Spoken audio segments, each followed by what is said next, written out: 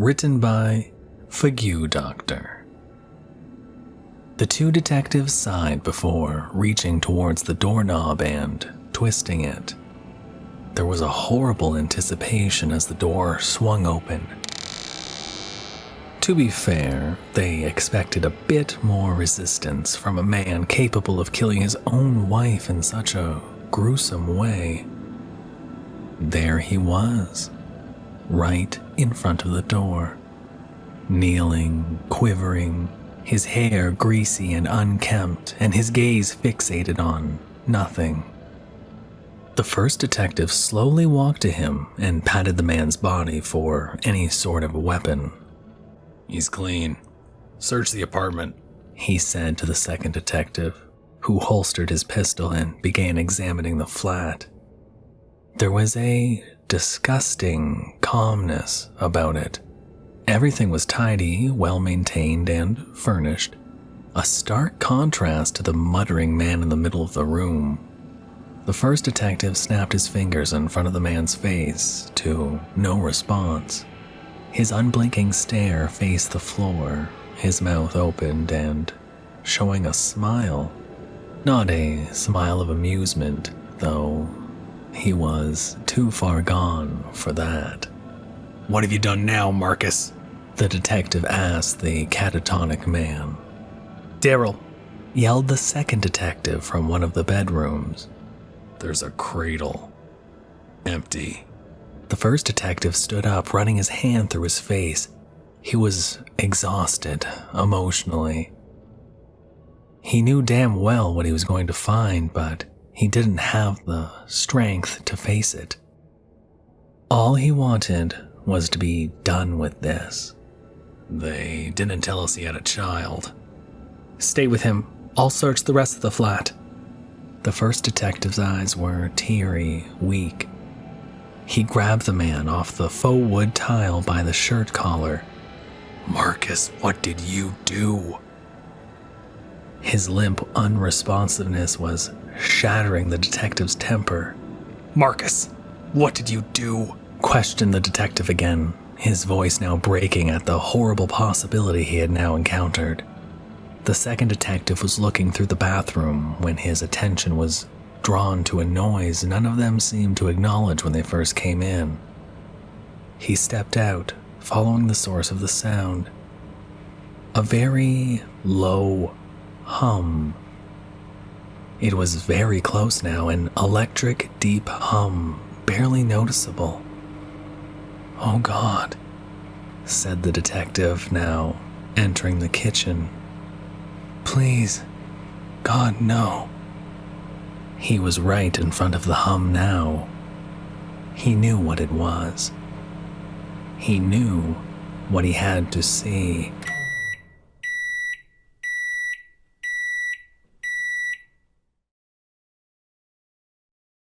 Your Well-Being Survey.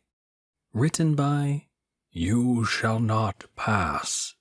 121. Howdy, campers.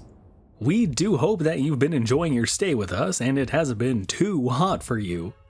Although you know there isn't much we can do about the temperatures, so our sincerest apologies about that. We would like to take this opportunity to ask you all to take part in this little questionnaire so that we can get a better understanding of your wants and your needs whilst you are here with us. We want your experience with us to be as pleasant as humanly possible. We appreciate that sometimes this can't be due to the nature of your arrival and reasons for staying with us. Below are some questions that we would like you to answer for us. Please answer them with your utmost honesty and sincerity. You know you can't lie here. Question 1. How did you hear about us? I don't really know. I just woke up here. Question 2. We hope that answer was honest. Did you ever think you'd end up here? No, this place isn't what I thought it would be. Question 3. How are you finding the temperatures? We appreciate they can be unbearable, so answer honestly. It's very, very hot here. I don't know if I can cope with the heat. It makes me want to rip off my own skin. I can feel it melting I can smell the ripeness of my own flesh, but I don't always know whether it's mine or someone else's. Question 4. We like watching the flesh sizzle off the bones of a human being as much as anyone else. That's why we exist. So tell us, have you been enjoying your extracurricular activities? I don't want to answer that. Let's try a different one. Have you enjoyed watching your fellow man suffer? I'm not going to answer that. Question 5. You are aware this isn't the sort of place where dishonesty and disobedience is taken lightly. Can you hear the weeping? Can you hear the incessant gnashing of teeth? Yes. Question 6. On a scale of 1 to 666, how likely are you to recommend us to your friends, family, and acquaintances? Not applicable. Question 7. Now this question is very important, so think before you answer. Will you take yourself off the rack in exchange for someone else? If yes, remember, we get to pick who it will be. Yes. Thank you for taking part. We will look over your answers carefully and with the utmost attention. Now please, sit back, relax, and enjoy eternity. Going Out of Business. Written by Horror Goddess. We have all heard the stories of the Blood Countess. However, the stories turned out to be true. Within a few years, Skin Deep Cosmetics was the biggest brand on the planet. Anti-aging cream that really works. Lipstick that makes you not only look pretty, but look younger. It got to a point I could not do it alone. But I couldn't just hire on Craigslist. I had to turn to the black market and deep web.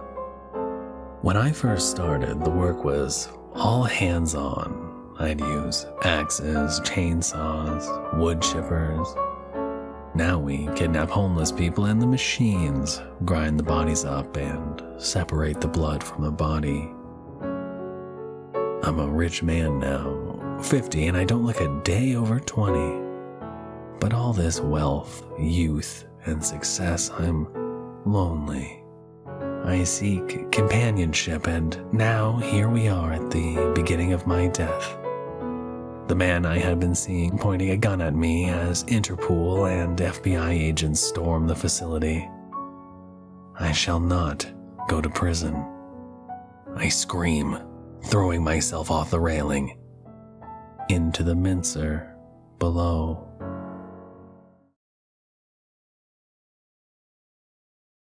Ghost in the Mine. Written by Andrew Scolari. My name is John Rizzo. I live in Dallas, Texas with my wife, 2 sons and daughter. In 1998, I was 13 years old when my family moved from Brooklyn, New York to Violet Hills, Texas, a far-flung suburb of Dallas. It was a big adjustment in more ways than one. For starters, the neighborhood my folks and I moved into was much nicer and newer, built sometime in the 80s. Second, our house, like all the others, was a standalone structure. Not like the 20th century row house where you shared a wall with the neighbors. Of course, there was the mild culture shock of a new environment, having lived in the concrete canyons of New York my entire life. Up until then, whenever I thought about Texas, I always pictured everyone wearing cowboy hats and boots and driving around in big, long Cadillacs with cow horns as hood ornaments. It was there I met Heather Patton, who years later is now my wife. Heather lived in the house next door, and despite being the same age as me, was significantly taller. At the time, I was 5'5" and scrawny with shaggy black hair and brown eyes covered by wire-rimmed glasses. Heather, on the other hand, was 6 feet tall with long, flowing light brown hair, beautiful green eyes, and was evidently the athletic type. Today, I'm 5'10", and Heather is 6'5" and a half. This is because her father, Brian, is 6'4" and was a linebacker for the Dallas Cowboys for 5 seasons before a torn ACL against the Green Bay Packers ended his career. And her mother, Paula, is 5'11" and a half. We soon became fast friends. That summer we were almost inseparable. She introduced me to her group of friends and showed me around town. One of the things we shared in common was our love of horror films. One day, a few weeks before school started, I was over at her house watching some B-rated horror film she got at the local Blockbuster. The movie was called Mine of the Dead. It was about a group of film students at some fictional college who visit an abandoned Old West mining town to do a school project. The town is said to have been cursed by the vengeful spirits of miners killed in a long-ago accident due to the greed and negligence of the mine owners. It ended with everyone being killed off except for one boy who managed to escape, only to be deemed crazy by the local authorities and put in a mental institution, where in a half-assed twist, a doctor turns out to be one of the dead miners who finished off the survivor, before the film cut to black and the credits began to roll. After the movie ended, Heather turned to me and said, "There's actually an abandoned mine not far from town." I looked at her. "Care to fill me in?" I asked. Heather explained that the mine opened up around 1900, shortly after zinc was discovered in the area. The mine flourished, especially during the World Wars, till 1946 when a sudden collapse in one of the shafts killed a bunch of miners. After the rubble was cleared, the bodies recovered and the damage repaired, the mine was reopened, but it didn't stay reopened for long. Miners began reporting eerie, disembodied sounds such as moans and cries of pain, as well as seeing ghostly apparitions of their former co-workers. Eventually, it got so bad that miners refused to work in the mine, and the mine shut down and was left to rot. She asked me if I wanted to go see it, and I agreed to go. We both lied to our parents and said we'd be going for a hike along a wooded trail. We packed our backpacks with essentials such as snacks, bottled water, first aid kits, and of course, flashlights. We rode our bikes out to the mine, even though I struggled a little bit to keep up with Heather. Did I mention that Heather was 6 feet tall at the time? We eventually reached the mine, and I can tell you the place was creepy even in the late afternoon Texas sun. The entrance to the mine was like a gaping maw of endless blackness. Rusted nails stretched out of the tunnel like 2 thin brown tongues. Off to the side we saw a couple of rusty mine carts and other mining equipment. Looking into the tunnel, I began to have second thoughts. "Maybe we shouldn't go in," I said. "What if we get lost?" Heather turned to me and said, "Don't be silly, John. All we'll do is just follow the main tunnel. If we come to a point where either there is a drop-off or a split in the tunnel, we'll just turn back, no problem." This made me feel a little better, so I agreed. We turned on our flashlights and started into the mine. Inside it was dark but cool, a welcome respite from the blistering August heat. We had gone about 500 yards in when we saw a figure emerge from the darkness.